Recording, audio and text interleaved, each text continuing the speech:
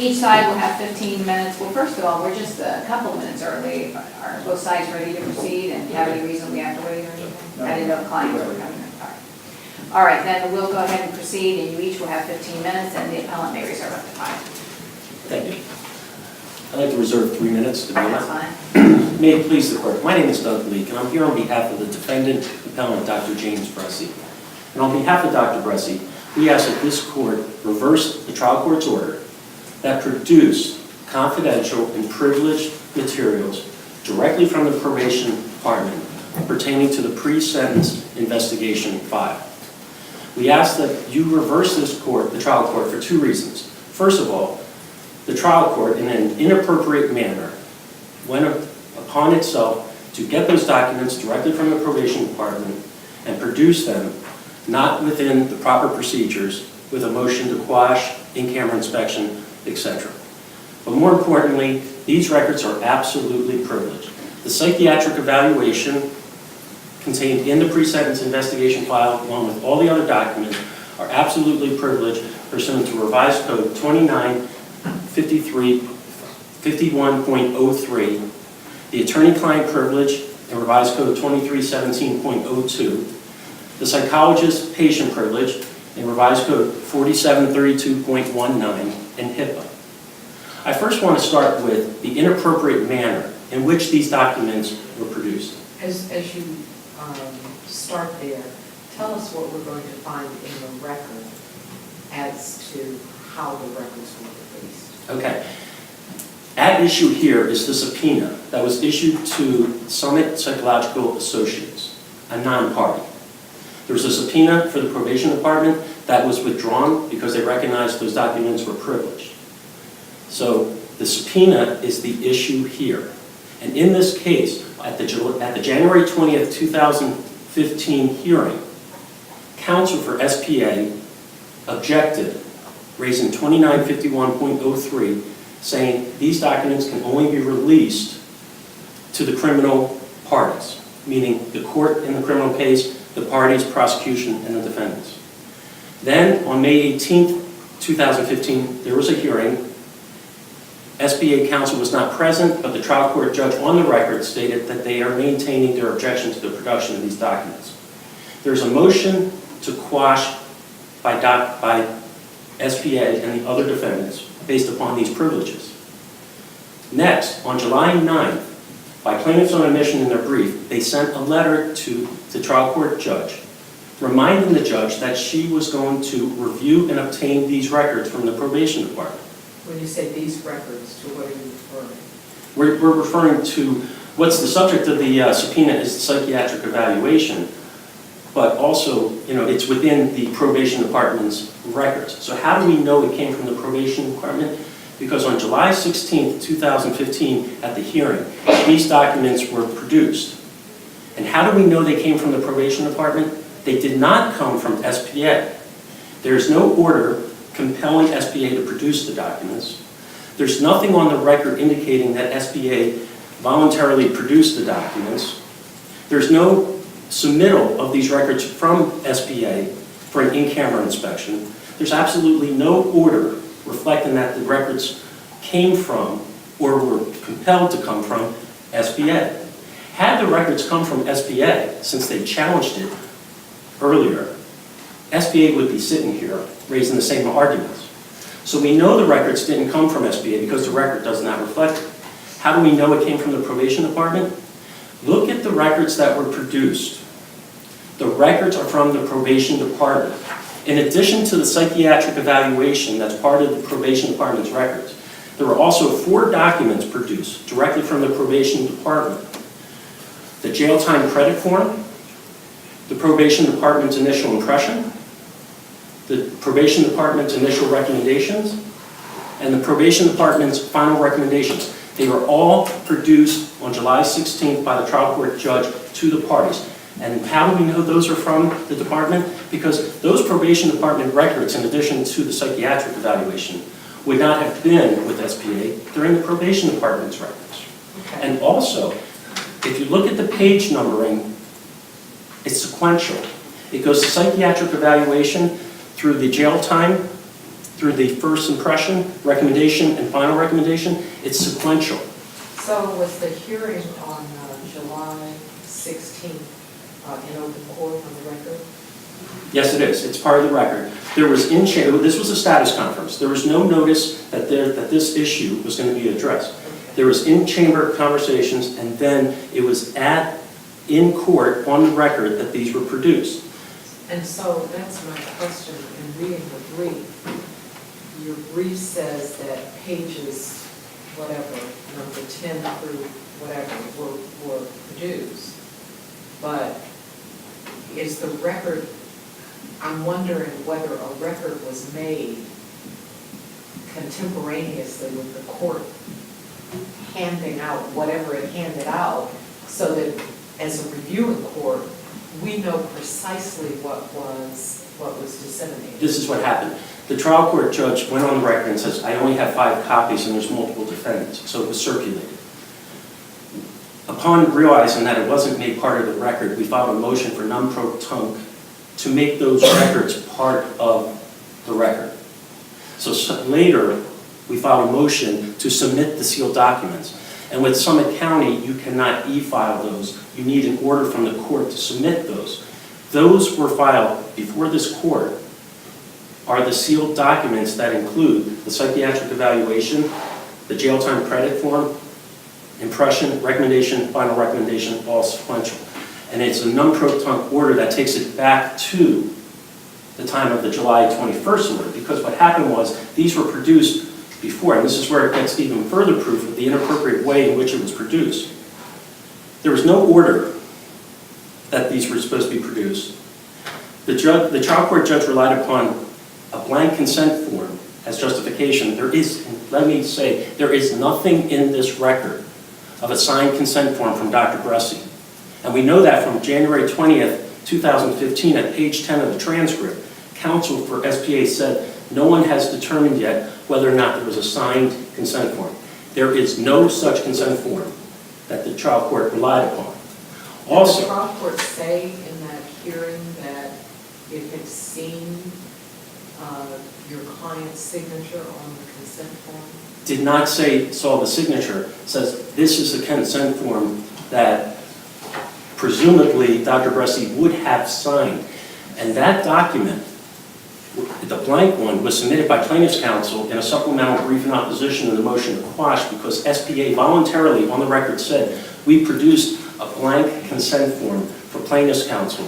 They submitted the blank consent form. So it appears that the trial court judge relied upon the non-signed form that was part of the record they presented. There is no signed consent form, nothing part of the record. They didn't submit one, the trial court judge did not have one. And part of the record has been sealed, correct? Yes. Well, the trial court order of July 21st was sealed, and I'll get to that in a second.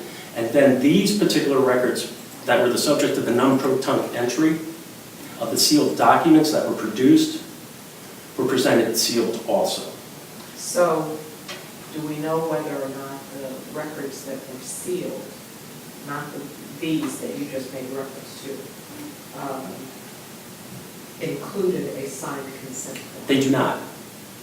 The only sealed documents are the ones that were produced, and there is nothing either at the July 16, 2015 hearing. There is no signed consent form. The documents that were handed out to all the parties that agreed to, take them, there is no signed consent form. And there's no subsequent submittal of a signed consent form. None whatsoever. And to make matters worse then, the trial court then agreed that there should be a confidentiality agreement. And once again, produced the records without the benefit of a confidentiality agreement. So with regard... Just stop you there briefly. If we could jump to the conclusion. You're arguing that this court do what with respect, or say what with respect to the order you're seeking to have reversed? Procedurally, it was inappropriate. But we believe this court won't even get to that issue, because the substantive issue, and I just wanted to give some background, that's why I started with that. The substantive issue before this court is Revised Code 2951.03. Okay. That is the criminal statute that deals with pre-sentence investigation files. The four corners of the entire statute, not just what one line that the trial court judge picked out. confirms that these records are confidential. And in fact, when the sentencing's done, they have to be returned to the probation department and sealed. There is nothing that allows a civil court, civil judge, in a civil matter to go into a criminal matter and to the probation department under 2951.03. And I understand that, what you're arguing, but maybe I'm wrong with Judge Hensel's question, but I think she's trying to get at, because I'd like to know too, what remedy are you seeking in this court? Well, the remedy is first, number one, to hold that these are absolutely privileged. And if I can just one more at a time say, there is no doubt that the case law, like the 11th District in Sharpless versus Gerke said, there's 3 instances, and only 3 ways it can be used to the parties. Excuse me, how much time did you want? 3 minutes. Okay, go ahead. Okay. Only the defendant can see it for sentencing, then it can only be used for sentencing, and it can only be used for appeal from the sentencing. There's no authority that allows even the psychiatric evaluation as part and parcel. And the one last point before I get to the remedy is, because in 2951.03, it references 2947.06 revised code, which governs psychiatric and psychological reports. In 2951.03, it says those records for 2947.06 are privileged or confidential. Vice versa, that statute references the confidentiality provisions. So both statutes in the criminal case establish that is privileged. And then lastly on this, just to show that the trial court relied upon 2 things to justify this. Hold it. I'm just going to stop you because my colleague has asked a question. Okay. My other colleague. I know, I feel like it always goes, I have to finish your life. Please. Okay, so I think You're we've almost out of established. time. We've established that it's absolutely privileged. The remedy here is to reverse the order and instruct all parties to return those files to the court and then send it back to the probation department and be sealed again. Also, the remedy is that no one can use these confidential records in discovery depositions, in their expert reviews, at trial. It's got to be a ruling that they are completely excluded from this civil case. But they're not discoverable? They are not discoverable because they're absolutely privileged and confidential and sealed in the criminal case.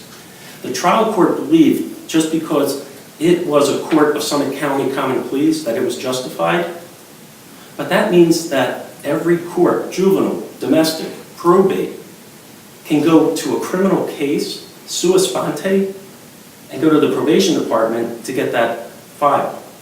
That's absolutely not within the realm of 2951.03. And your rebuttal time. And one last minute, I'll take 1 minute into it, is that it also said that, it was just an officer that ordered it. Now, it's the court. It's the pre-sentence investigation file is absolutely privileged under 2951.03, but also privileged under attorney-client, psychologist, and HIPAA. And we ask that you reverse it, instruct all parties to return these documents, and an order saying they cannot be used in this civil case altogether. Thank you.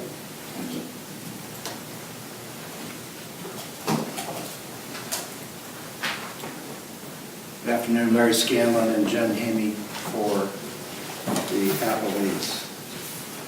First, I would say Mr. Leak is very mistaken when he tries to confabulate privilege and confidentiality. Those are 2 different concepts of law, and I would challenge Mr. Leak to point to any verbiage in Title 2951 that says the word privilege. It is not privileged. It is confidential. It's designed to not make it a public record.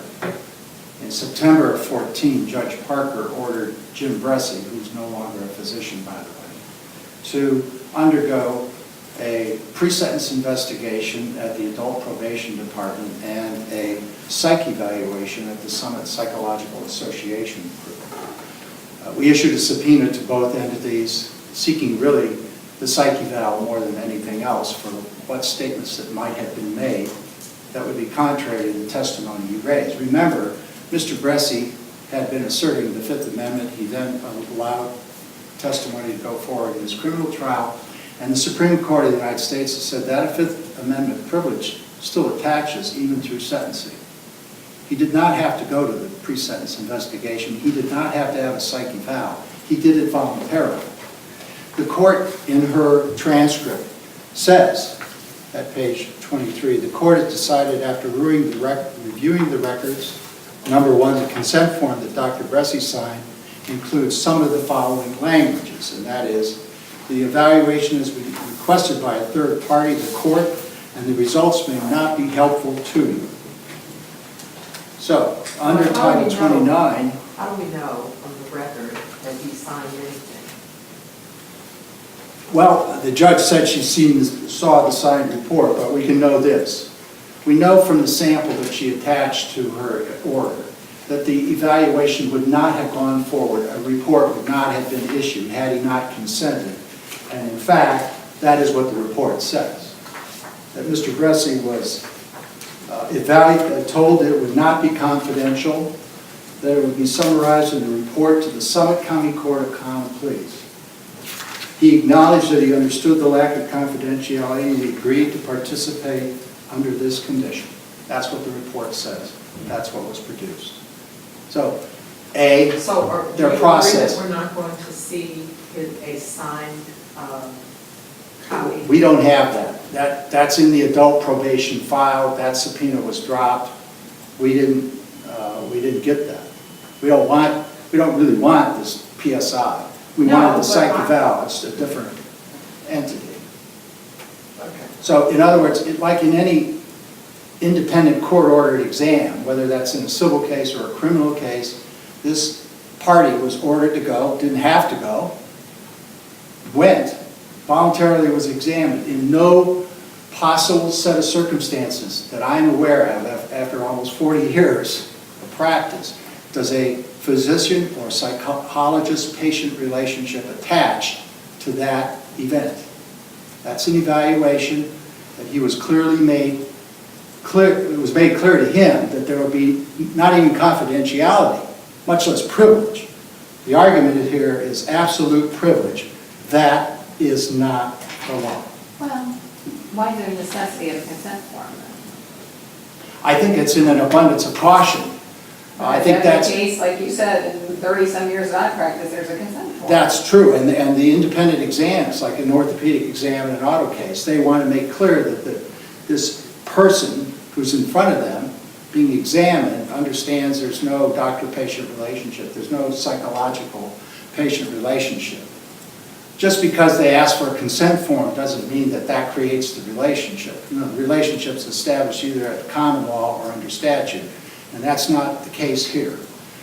Title 29 allows the court to look at other sections of the Ohio Revised Code, and if it was merely going to limit that exposure or that release of that information to the criminal proceeding, it would have said it. It didn't say it.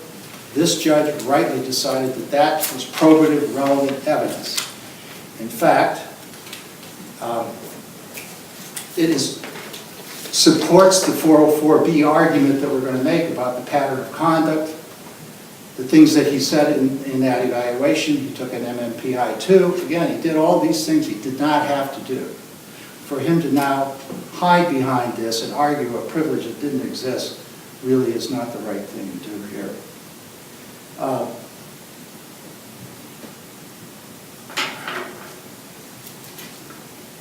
I hate to be saying this isn't a final appealable order, but it isn't. The prima facie, or the threshold question for the appellant is, in order to have this interlocutory appeal of a discovery matter, was there a privilege that has been violated? It's incumbent upon the appellant to establish that there is a privilege, and never, there was no motion filed to vacate that entry. There was no affidavit from his client that said, I never signed a consent form. That wasn't me. I didn't go there. Whatever. There's nothing in the record that says anything contrary to the simple fact that their process is to require that sample form to be executed. And in fact, we know from the report that was produced, he was told there'd be no confidentiality, and he agreed to proceed. The report was issued. That's, in my opinion, a determining issue that in fact he consented and understood there'd be not even confidentiality, much less no privilege.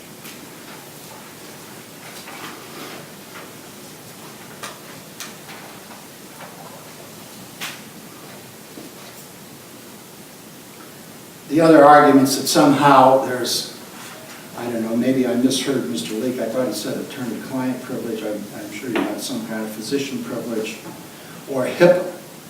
It's interesting because the HIPAA argument I've had in front of this court in Ward versus Sumo Hospital, and that is where the deponent, who was a doctor, was trying to protect his own medical history and medical records and argued HIPAA, and this court rightly decided that that does not extend to the situation in hand. That obviously if we had asked for the treating physician's records, there may be a HIPAA issue. But in essence, Mr. Bressi is asserting that he has HIPAA protection to a psychological exam that he voluntarily submitted to. And in a context where there was no psychologist-patient relationship. He was fully within his rights to, as he had throughout that case and the civil case, to assert his right against self-incrimination under the Fifth Amendment. So how would that bode for him at sentencing? If he didn't, he was only facing 30 days in jail. He got credit for time served. I mean, it was a misdemeanor, surprisingly to me.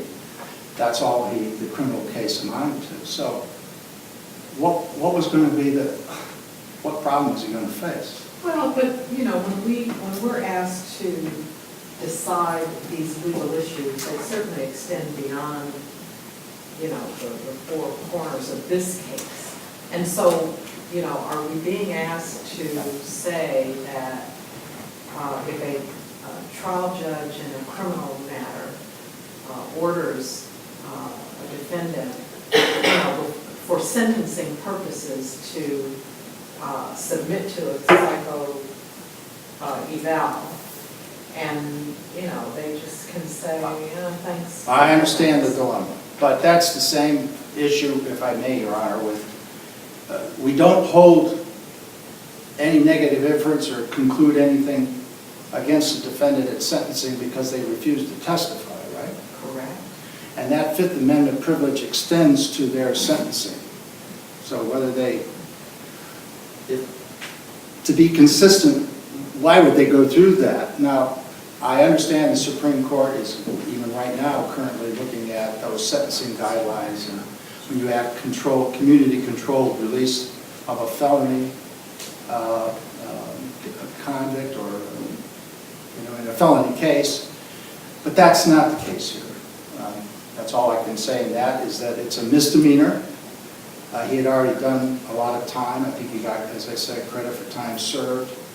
He knew there were 60 pending civil cases here, 2 wrongful death cases in Cleveland, and he fully was aware of the consequences of going and talking to anybody without his lawyer there, or without privilege. This is, again, this is a guy who was a doctor. He certainly is familiar with the issues of privilege. And he was made aware, not only was this not privileged, it was not even going to be confidential. So I believe the court was within her power essentially to order that the report be delivered. That is what all that the Summit Psychological was concerned with. They do whatever the court ordered to do, as in many cases involving psychologists, psychiatrists. They view their records in a much more heightened way than I think maybe we all do in the civil litigation area. Am I out of time? No, you've got time left. You have about 4 minutes. So, Would you address, let's say that we said the trial court got it wrong. Would you address what remedy we can render in this case? well, you know, that's hard for me to do because I believe that actually the judge has still not said whether any of this is admissible. She has reserved that decision for down the road. All she said is it's discoverable, and that it's likely to lead to relevant and probative evidence under 2317, which is another section of the Ohio Revised Code that I think 2951 refers to. I believe we're entitled to get that. I mean, this idea of where it should be coming from, you could ask the court to have the adult probation department walk up the complete file. You could ask her to have some psychological associates bring the complete original file, and she can do an in-camera inspection, and I believe we'd be right where we are right now. No, I guess I'm getting at our magistrate issued an order, a show cause order, asking both sides to brief whether this matter was moved, because you hinted to this in your beginning part of your argument when you said this is not a final appealable order because it's not privileged. And so we not only have to look at final appealable orders that sometimes really does get kind of murky when you're sometimes getting into the merits of a dispute Yes. to determine the final appealable order issue. But in this particular case, I think in my time on the court, which has been 18 years, I don't remember a trial court just turning something over like this without giving the attorneys an opportunity to, when they're alleging privilege, an opportunity to appeal before it's turned over. Because isn't that the whole point? So I guess what I'm getting at is, you responded and said you didn't think the bell could be unrung. He's saying the bell can be unrung. Well, but the argument Mr. Leake's making is it's absolutely privileged. Well, I understand that. It is not. That's what I said, Yeah. assuming Yeah. that we would say that it was privileged and the trial court got it wrong and it wasn't discoverable. What remedy do you say that this court has? I'm just saying, assuming. Do you still stick to your position, in other words, that it's something that can not be undone? Because you seem to be saying it probably can be undone because we haven't even gotten to admissibility yet. Yeah. Well, Your Honor, I'm probably not making it clear, Well, I'm sorry. if I'm not. let me see if I can sort of get myself there. I would say that it's not privileged. It's clearly not privileged under the I statute. understand It's that not argument. privileged under the process. It is discoverable. It is relevant. Whether it's admissible remains to be seen. If the argument is there should have been more steps taken in how the file is produced and looked at, but what Mr. Leake is arguing for is that this court make a determination that it is privileged and therefore not discoverable, right? There's no. No, it's all right. I'll look at the arguments again. I was just saying, you argued that the whole thing was moot, and I'm trying to figure out if you've now changed your position and saying basically that there is a remedy that can be. No, I don't think it's moot because they gave it to us. I think there's no appeal here because it's not privileged and it was discoverable. But if the court disagrees with us, and I think, in my opinion, the basic disagreement might be this procedural issue, but I think it ends up in the same place. I think the psych eval, which was separately ordered by Judge Parker, is not the pre-sentence investigation. And you're out of time. Before you take your seat, just one quick question. Thank you, Your Honor. I asked opposing counsel about the record that was made as to precisely what was handed over to the parties, and whether we would find that that a record had been made. And in their brief, they indicate that pages X to Y constitute what was given out. You didn't really respond to that. Do you take any objection to that as being the record? I'm unaware of exactly what they provided for seal regarding the documents. Right. I know what documents we received, and I would assume that those would be the same that they put under seal, but I can't state either way because I'm unaware. Okay. So the answer is to our knowledge, there's nothing formally in the record that you can refer to. Thank you. Thank you. Those documents are part of the record, part of the non-proton entry, submitting them, because we didn't have them at that hearing. So we had to make it part of the record. This is a final appealable order under revised code 05.02B4. Your Honor, may I object to this? We really don't do objections Yeah. in the Court of Appeals. It's okay. Look, John, we're going to look at the record. We'll make a determination about all of this. We've been doing this for many, many years, so we'll be able to handle this, okay? We discussed final appealable order. It's a provisional remedy. It affects, and it is a privilege. And because we'll determine our Okay, jurisdiction. and it says confidential and sealed. In terms of the consent form, this is a consent form that is done at the psychiatric evaluation for documents to be released and the evaluation to be released to the probation department, not to a plaintiff in a civil action.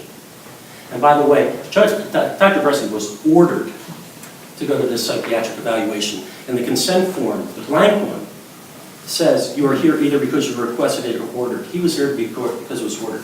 Counsel for SPA said they will not release these documents, even if there is a signed consent form, it goes to the criminal matter. It doesn't go to the civil. So the consent form, the blank one that we're talking about, there is no signed one. It is for the probation department and for the criminal court, not for this court. And also, 2951.03 does not refer to any civil statute. Only refers to Criminal Rule 32.2 for sentencing and 2947.06 psychiatric reports for the purpose of evaluations for probation purposes. This belongs in the probation department and the criminal matter. It should remain sealed. This court should reverse it, instruct all parties to return them, not discoverable, cannot be used, experts can't use them, cannot be used in discovery to support their case. Well, if we order that it's not discoverable, isn't it incumbent on the trial court to make any further orders regarding what happened? I mean, is it not, we don't assume that part of it, do we? No, I think you have to remand this matter to say that these documents should never see the light of day in a civil case, and the trial court has to follow your dictate and then do the proper remedy based upon your dictate that these documents should never have been produced to begin with before, an order. And in terms of mootness, a trial court should not be allowed to make our appeal moot by producing documents before issuing an order, before conducting a proper in-camera And you need inspection. to finish up. And also no objection or privilege left. So, No, I'm sorry, I meant finish up our Yeah, question because and you're so- way out of time. so the remedy is to say that these should never come into the civil case. They remain sealed, and this trial court has to correct that mistake by retrieving those documents and instructing the parties they can't be used in discovery. No expert can review them. No expert can base an opinion upon it. No jury can hear about it. Completely out of this Thank civil you, case. counsel. Thank you. Thank you both for your presentations to the court. The court will take the matter under advisement and issue a written opinion, as you know, and we also release on our website, the Supreme Court website. Thank you. Thank you, ladies and gentlemen.